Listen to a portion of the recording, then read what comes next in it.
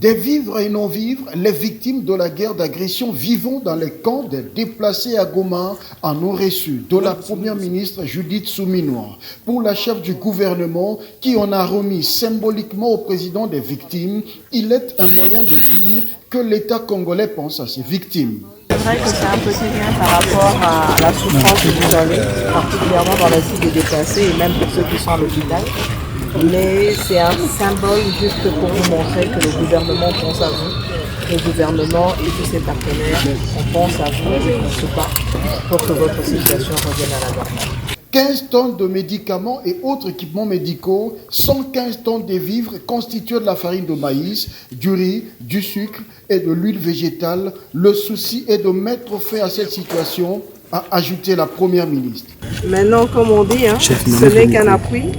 Le plus important maintenant, c'est de travailler pour que cette situation de déplacés puisse se terminer un jour et le plus rapidement possible. Et déjà pour le moment, essayer de mettre nos compatriotes dans les meilleures conditions, même si on sait que ça ne va pas être facile. Mais il faut qu'on travaille dessus, avec l'aide aussi du gouverneur militaire du Nord Kivu. Du gouvernorat, Judith Suminwa se rendra au camp des déplacés.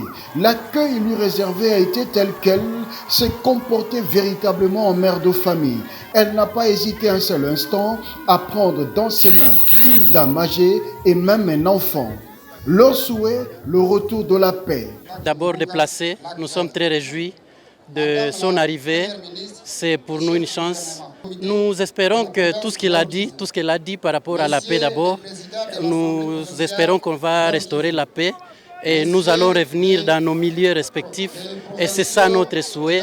Et nous croyons vraiment à ce gouvernement qui est mis en place depuis quelques jours. Une communion parfaite avec les déplacés qui l'ont accueilli comme une mère.